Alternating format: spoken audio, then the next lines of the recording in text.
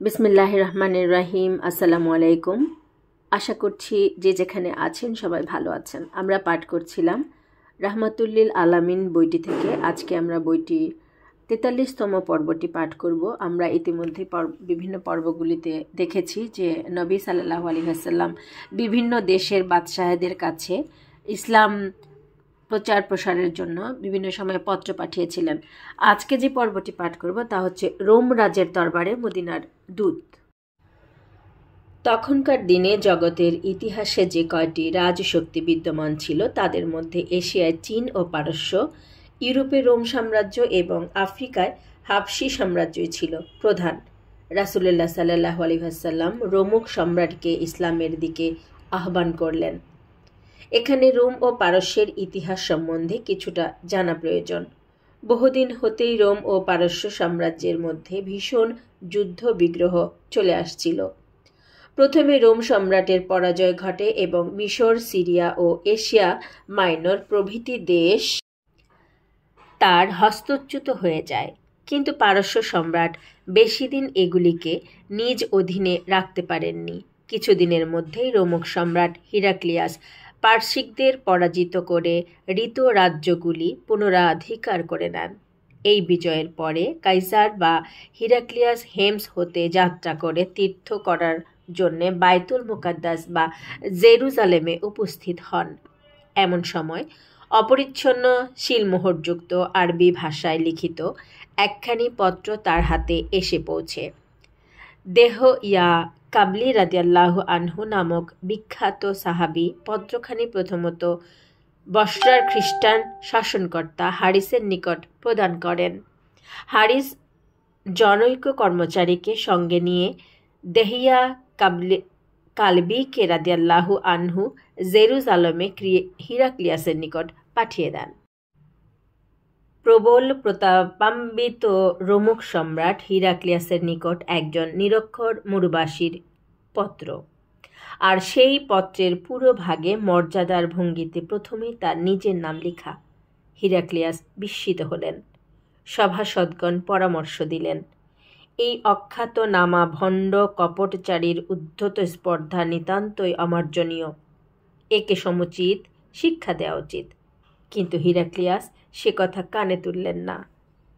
একজন ভাববাদী যে আসবেন বাইবেলে তা তিনি জানতেন। তাই তিনি মুহাম্মদ সাল্লাল্লাহু আলাইহি ওয়াসাল্লাম সম্বন্ধে সবিশেষ জানার জন্য কৌতূহলী হলেন। মন্ত্রী, পুরোহিত ও অন্যান্য জ্ঞানী ব্যক্তিদেরকে নিয়ে তিনি একটি পরামর্শ সভা ডাকলেন। রাসূলুল্লাহ সাল্লাল্লাহু আলাইহি ওয়াসাল্লামের দূত দেহিয়া কালবিকেও রাদিয়াল্লাহু আনহু তিনি ওই সভায় নিমন্ত্রণ করলেন। সঙ্গে সঙ্গে জেরুজালেমের প্রবাসী আরবদেরকেও ডেকে পাঠালেন। ঘটনাচক্রে ওই সময় ইসলাম বৈরী আবু সুফিয়ানও বাণিজ্য উপলক্ষে জেরুজালেমে অবস্থান করছিলেন।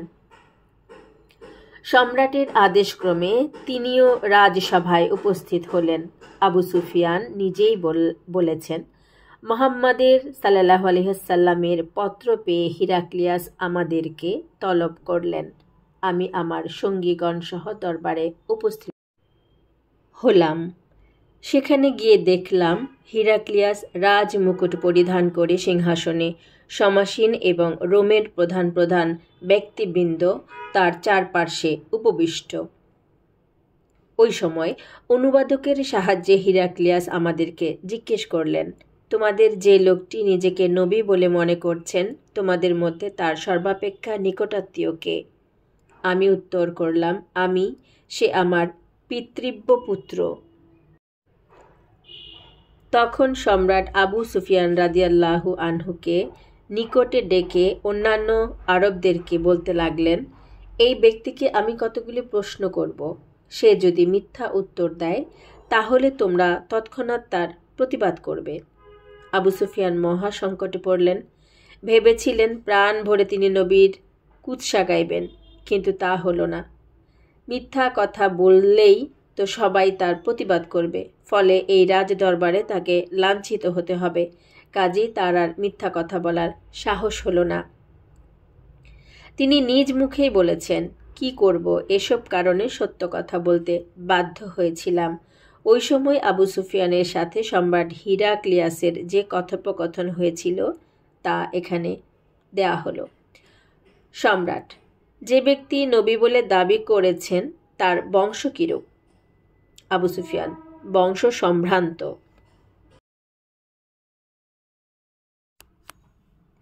সম্রাট: তার পূর্বপুরুষদের মধ্যে কেউ কোনোদিন রাজা ছিলেন কি? আবু সুফিয়ান: না। সম্রাট তখন বলল, কোন শ্রেণীর লোক তার শিষ্য হচ্ছে? আবু সুফিয়ান তখন বলেন, দরিদ্র শ্রেণীর লোকই বেশি করে তার ধর্মগ্রহণ করছে। সম্রাট: তার শিষ্য সংখ্যা দিন দিন বাড়ছে না কমছে? আবু সুফিয়ান: বাড়ছে। সম্রাট তখন বলে, ওই ব্যক্তি কোনোদিন মিথ্যা কথা বলেছেন কি? আবু সুফিয়ান বলেন, না, জীবনে কোনোদিন তিনি মিথ্যা কথা বলেননি।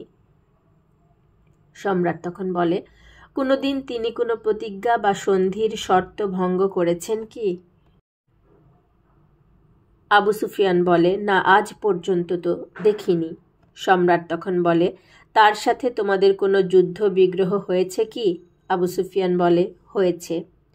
সম্রাট তখন বলেন, কে জিতেছে?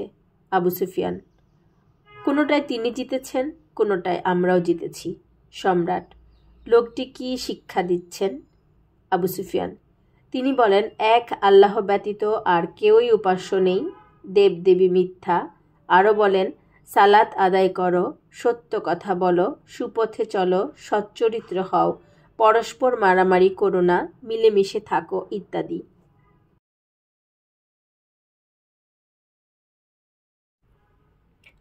রোম সম্রাট হিরাক্লিয়াস তখন মক্কাবাসীদেরকে সম্বোধন করে বলতে লাগলেন, দেখো, ওই ব্যক্তি রাসূল যে সত্যই নবী, তাতে কোনো সন্দেহ নেই। তোমাদের কথা হতে জানতে পারলাম যে তিনি সদংশজাত। নবীরা চিরদিনই সদংশজাত হয়ে থাকেন। তোমরা বলছো যে তার পূর্বপুরুষদের মধ্যে কেউ কোনোদিন রাজা ছিলেন না। এটা হতে বুঝতে পারছে যে তিনি পিতৃরাজ্য উদ্ধারের জন্য নবী সেজে কোনো ছলনা করছেন না। তোমরা বলছো যে দিন দরিদ্ররাই বেশিরভাগ তার শিষ্য হচ্ছে। নবীদের সম্বন্ধে চিরকাল এটাই ঘটে আসছে। তোমরা বলছো যে জীবনে তিনি কখনো মিথ্যা কথা বলেননি বা কোনো প্রতিজ্ঞা ভঙ্গ করেননি। এটাই নবীর লক্ষণ। ভেবে দেখো, যিনি জীবনে মানুষ সম্বন্ধে কোনো মিথ্যা বললেন না, তিনি কি আল্লাহর নামে মিথ্যা রচনা করতে পারেন? এছাড়াও তিনি তোমাদেরকে মহৎ উন্নত জীবন যাপন করবার জন্য পরামর্শ দিচ্ছেন। কাজেই আমার দৃঢ় বিশ্বাস জন্মেছে যে ইনি নিশ্চয়ই সেই ভাববাদী পয়গম্বর সারা ধরনী যার প্রতীক্ষা করছে। আমার সুযোগ শক্তি থাকলে আমি সেই মহাপুরুষের নিকট পৌঁছে তার পদদয় ধৌত করে দিতাম। আবু সুফিয়ান বলেন যে এরপর সম্রাটের আদেশক্রমে রাসূলুল্লাহ সাল্লাল্লাহু আলাইহি ওয়াসাল্লামের পত্রটি দরবারে পঠিত হল। পত্রের মূল আরবি ও তার অবিকল অনুবাদ এখানে আমি পড়ে শোনাচ্ছি। পরম করুণাময় ও অসীম দয়ালু আল্লাহর নামে শুরু করছি। আল্লাহর দাস ও তার প্রেরিত মুহাম্মদ সাল্লাল্লাহু আলাইহি ওয়াসাল্লামের পক্ষ হতে রোমের প্রধান হিরাক্লিয়াস সমীপে সত্যের অনুসরণকারীদের প্রতি সালাম। অতঃপর আমি আপনাকে ইসলামের দিকে আহ্বান করছি। ইসলাম কবুল করুন, আপনার কল্যাণ হবে। ইসলাম গ্রহণ করুন, আল্লাহ আপনাকে দ্বিগুণ পুরস্কার প্রদান করবেন। কিন্তু যদি আপনি এতে অস্বীকৃত হন, তাহলে আপনার প্রজাসাধারণের পাপের জন্য আপনিই দায়ী হবেন। অতঃপর কোরআনের এই আয়াতটি লিখিত ছিল, হে গ্রন্থধারীরা, এসো, আমরা ও তোমরা সবাই একযোগে ওই সাধারণ সত্যকে অবলম্বন করি। তা এই যে, আমরা কেউই আল্লাহ ব্যতীত আর কারো পূজা করব না এবং আল্লাহকে ত্যাগ করত অন্য কোনো মানুষকে নিজেদের রব বানিয়ে নিব না। খ্রিস্টান ও ইয়াহুদি প্রভৃতি গ্রন্থধারীরা যদি এই সাধারণ সত্যকে অবলম্বন করতে অসম্মত হয়, তাহলে তোমরা তাদেরকে বলে দাও যে তোমরা স্বীকার করো, আর নাই করো, আমরা কিন্তু এই সত্যকে স্বীকার করতে বাধ্য। আমরা মুসলিম, তোমরা এই কথার সাক্ষী হয়ে থেকো।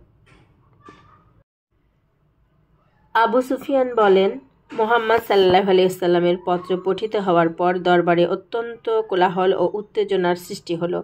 কাজেই তখন তাদের মধ্যে যে কি কথোপকথন হয়েছিল আমি তা জ্ঞাত হতে পারিনি। তখন সম্রাটের আদেশক্রমে আমরা দরবার হতে বহির্গত হলাম। সেদিন আমার মনে দৃঢ় প্রতীতি হয়েছিল যে মুহাম্মদকে জগতে আর কেউই বাধা দিয়ে রাখতে পারবে না। আজ এ পর্যন্তই। সবাইকে অসংখ্য ধন্যবাদ। জাযাকাল্লাহু খায়রান। আল্লাহ হাফেজ। আসসালামু আলাইকুম।